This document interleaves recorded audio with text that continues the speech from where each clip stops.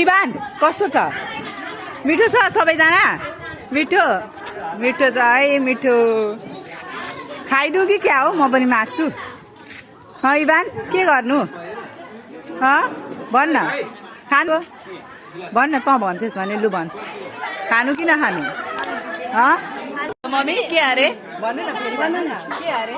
हामी लडी सेता कसरी घर पठाइसु मम्मीको डाइलग अलिकति पिलिक्क मात्रै ए अलिकति पिलिक्क आइछ पिलिक्क ल ल अलिकति पिलिक्क ल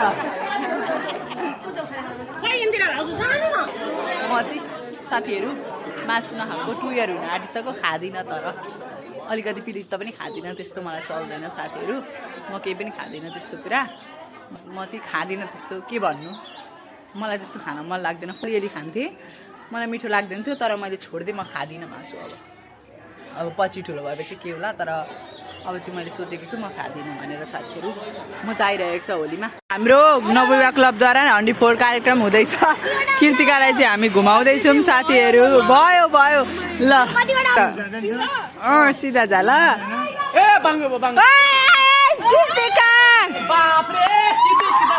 सरी सिधै कृतिका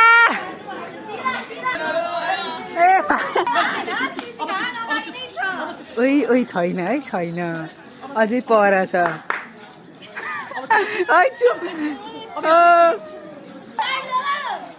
मजा आइरहेको छ ओइ अब कृतिका कृतिका कृतिका कृतिका कृतिका कृतिका कृतिका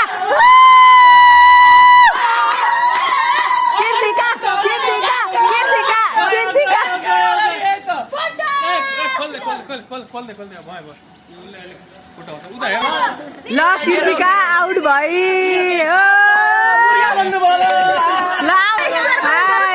कसैको मोबाइलमा गर्न क्लबद्वारा रचित दादाको पालो छ 104 कार्यक्रम हेर्नु होला साथीहरू मजा आइरहेको छ कसको चस्मा लाग्यो कस्तो खतरा ल 15 वटा